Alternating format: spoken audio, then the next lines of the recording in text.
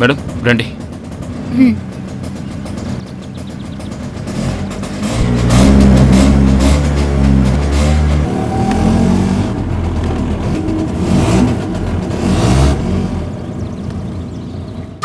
నేను ఇంట్లో నుంచి వచ్చే టైంకి కరెక్ట్గా వచ్చి పికప్ చేసుకుంటున్నావు. నువ్వు ఇక్కడే ఉంటావా? మా ఇల్లు ఈ పక్కనే మేడం. మీరెప్పుడు ఈ టైంకి బయలుదేరతారని నాకు తెలుసు. స్టాండ్ ఖాళీగా వెళ్ళడం కన్నా ఒక ప్యాసింజర్తో వెళ్ళొచ్చు కదా. రోజు ఒక అమౌంట్ వస్తుంది. మరైతే నాకు డిస్కౌంట్ ఇవ్వాలి. దానికే ఉంది, ఏమిటో చెప్పండి మేడం. డిస్కౌంట్ ఏం వద్దులేరా.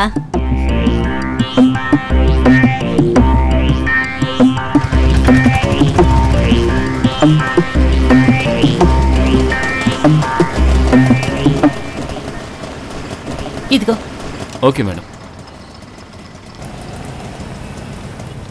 ఏంటన్నా మరీ ఖాళీగా ఉన్నట్టున్నారు? లేదురా, తరచూ మాకు గిరాకీలు వస్తాయి.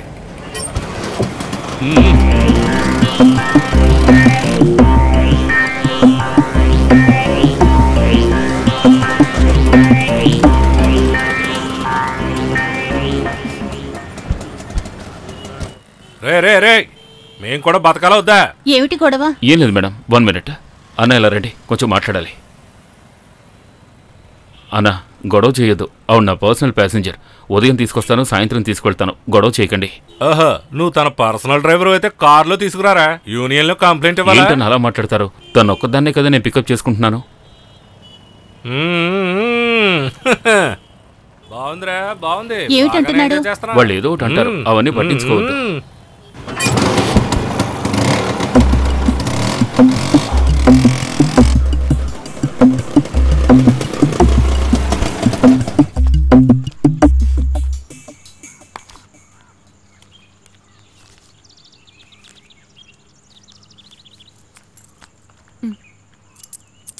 సారీ.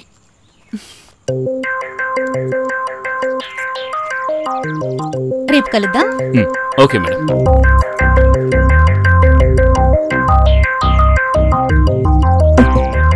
అబ్బా ఏముందిరా.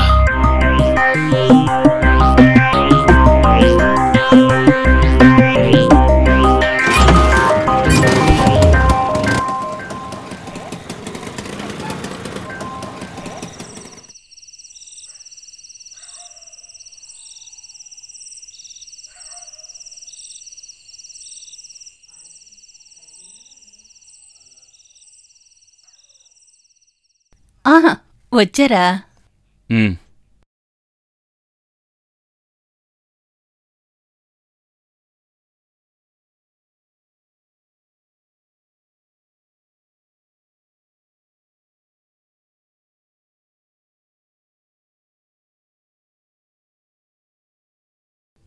భోజనం వడ్డించనా? నేను తినాలే, నువ్వు తిన్నావా?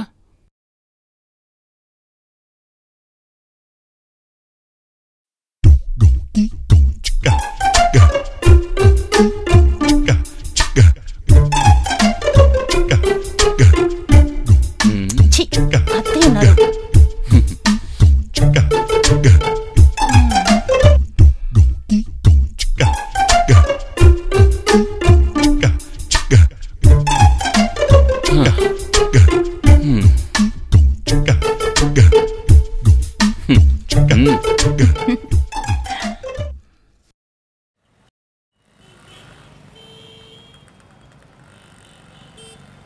ఎంత త్వరగా వీలైతే అంత త్వరగా ఇంటికి వెళ్ళు. నేను బ్యాగ్ తీసుకుని ఎయిర్పోర్ట్కి వెళ్ళాలి. త్వరగా.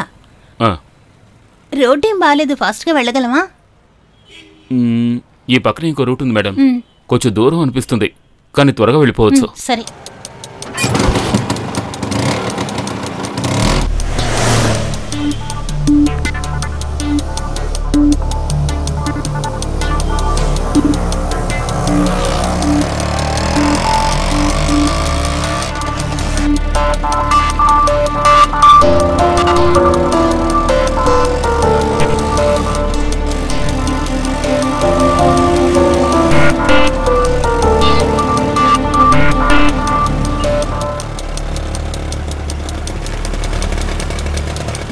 అయ్యో, దారి బ్లాక్ అయింది మేడం. ఇప్పుడు ఏం చేద్దాం? మనం ఇటువైపు వెళదాం.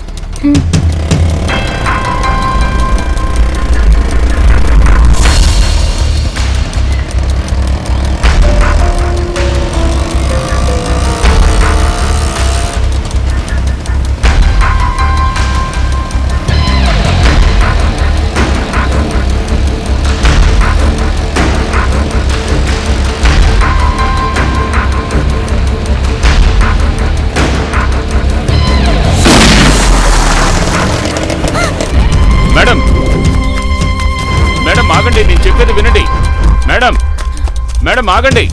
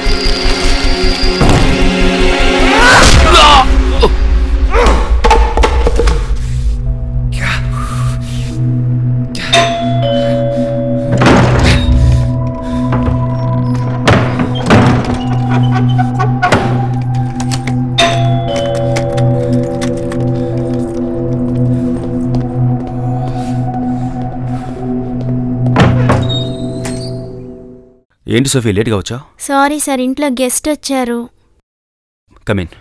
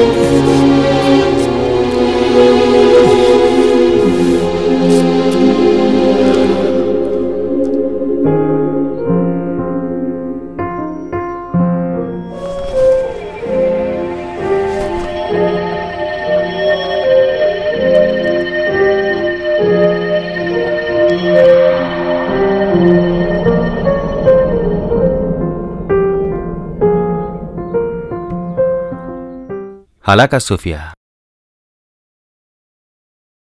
మ్యూజిక్ ఎప్పుడు లోపల నుంచి రావాలి. అబ్జర్వ్ చేయి.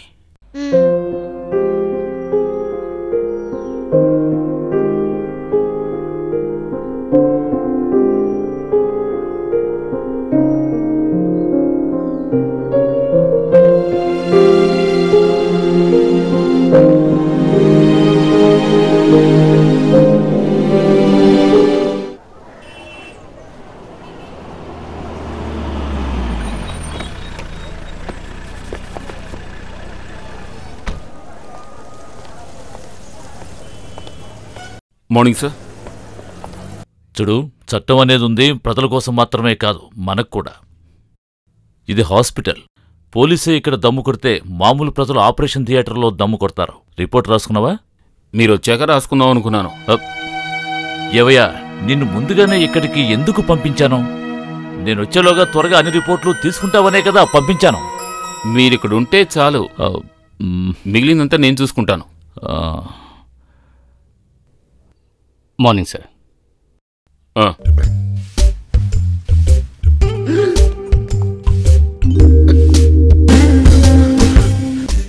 ఇదిగో ఇక్కడ చాలా గట్టిగా కొట్టడం వల్ల రక్తం స్రవించి మెదడులోకి వెళ్ళడం వల్ల అక్కడ బ్లాక్ అయింది. నెక్స్ట్ చూసామంటే ఇక్కడ, ఇదిగో ఇంకా ఇక్కడ.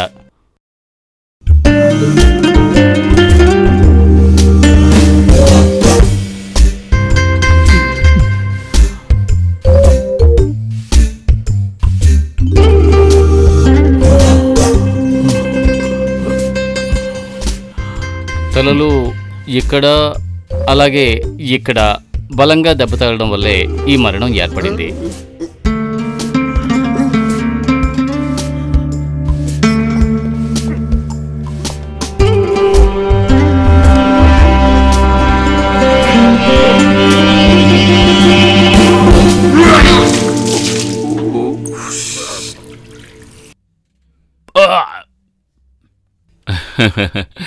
అదేం లేదండి, పొద్దున్నే లాంచ్లో ప్రయాణం చేశారు, అందువల్ల తల తిరిగినట్టుంది.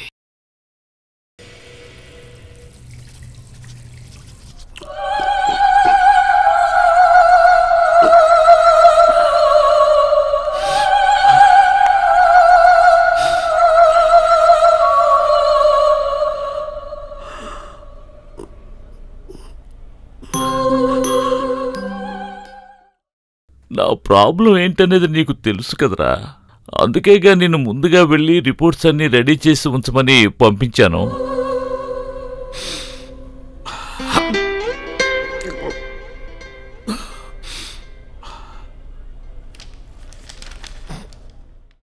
టిఫిన్ చేసిన తర్వాత హోటల్ నుంచి వచ్చి కారులో ఎక్కి ఫ్లైట్ ల్యాండ్ అవడం చూడడానికి ఘటన జరిగిన చోటుకు వచ్చారు.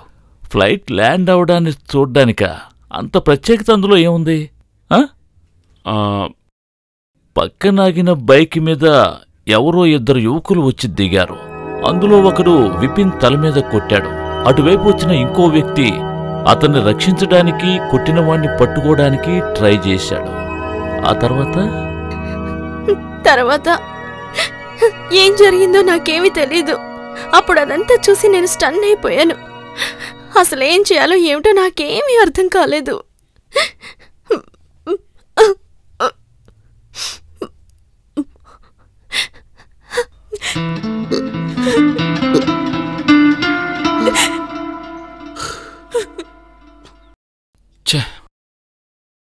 ఫ్లైట్ ల్యాండ్ అవడం చూడడానికి ఎవరూ లేని చోట్లో ఎందుకు నుంచునున్నారు? ఏ, అక్కడ నుంచోకూడదని రూల్ ఏమీ లేదుగా. అక్కడ నుంచోవాలనిపించింది, నుంచున్నాం.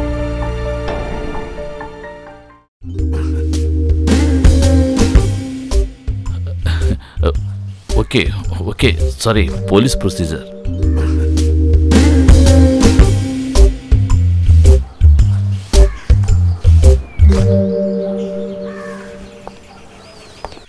మీరు రావడం వల్లే, లేదంటే దాని చేత నిజమంతా కక్కించి ఉండేవాడిని. నేనేం చేశాను రా? Sorry sir. వాళ్ళని క్లియర్గా విచారణ చేయడానికి మనకంటూ ఒక లాయర్ ఉన్నాడు కదా, అలాంటప్పుడు ఇటువంటి ప్రశ్నలు నువ్వెందుకు అడగటం? వాళ్ళని కాపాడడానికి వచ్చిన ఒక వ్యక్తి ఉన్నాడు కదా, అతని డీటెయిల్స్ ఉన్నాయి కదా, వెళ్ళతను పట్టుకో. Okay sir.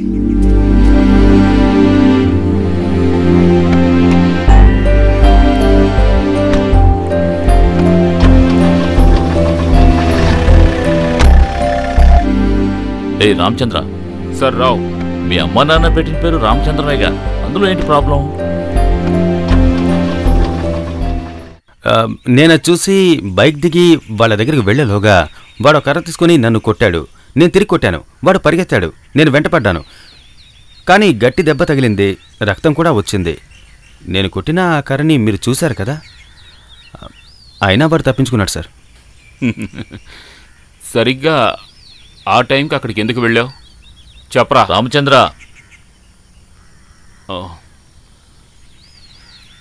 సరిగ్గా అదే టైంకి మీరెందుకు వెళ్ళారు సార్? అక్కడికి 1 కిలోమీటర్ దూరంలో నా ఇల్లు సార్. అట్నుంచే రోజు ఇంటికి వెళ్తుంటాను. వేరే ఏదైనా అన్యూజువల్గా ఏమైనా చూసారా? లేదు సార్, అతనికి స్పృహ లేదు, బాగా రక్తం పోయింది. ఆ అమ్మాయి పాపం చాలా షాక్లో ఉంది. మొబైల్లో చాలా మెసేజ్లు వచ్చినట్టున్నాయి, అవి కూడా చూడలేదు. అంతగా అతను షాక్ అయింది. Thank you for your time.